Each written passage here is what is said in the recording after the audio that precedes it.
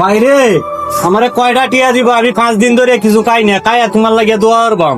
বেশ বেড়া 6 মাস ধরে চাকরি বাকরি নাই, নিজে চলতে পারতাছি না, কর্তিকা যত সব।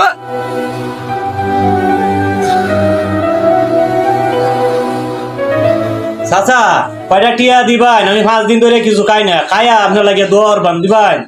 হেট বেড়া, তুই জোয়ান ফুলা কাজ কাম করে খাইতে পারস না? যাই থেকে ভাই কয়টা টিয়া দিবাই? 5 দিন ধরে কিছু খাই না, খিদা লাগছে, খাইয়া আপনার লাগে দোয়া করবাম। হায় আল্লাহ, খিদা তো আমারও লাগছে ভাই। আমার কাছেও তো টাকা টোকা না যাচ্ছে। 40 টাকা রাখছিলাম বিকালে কিছু খাওয়ার লাইগা, এটাই তুমি নিয়ে যাও ভাই।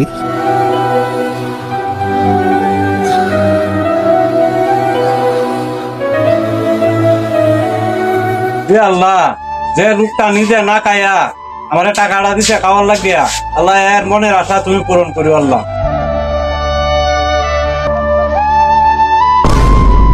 আরে এনে দেখে একটা মানি ব্যাগ পরে রয়েছে।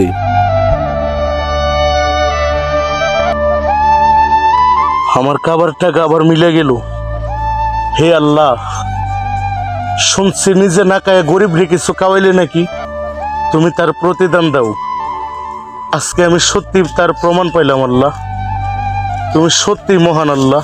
আসলে আল্লাহ পাক কার রিজিক কখন কোথায় লিখে রাখেন তা আমরা কেউই জানি না। তাই সবার কাছে আমার একটাই অনুরোধ, যদি কখনো কোনো গরিব মানুষ এসে আপনার কাছে খাবার চাই, তাকে কখনো ফিরিয়ে দেবেন না। এমনও হতে পারে আল্লাহ পাক তার রিজিক আপনার কাছে রেখেছেন। ধন্যবাদ পুরো ভিডিওটি দেখার জন্য। যদি ভালো লাগে লাইক কমেন্ট শেয়ার করে দিবেন।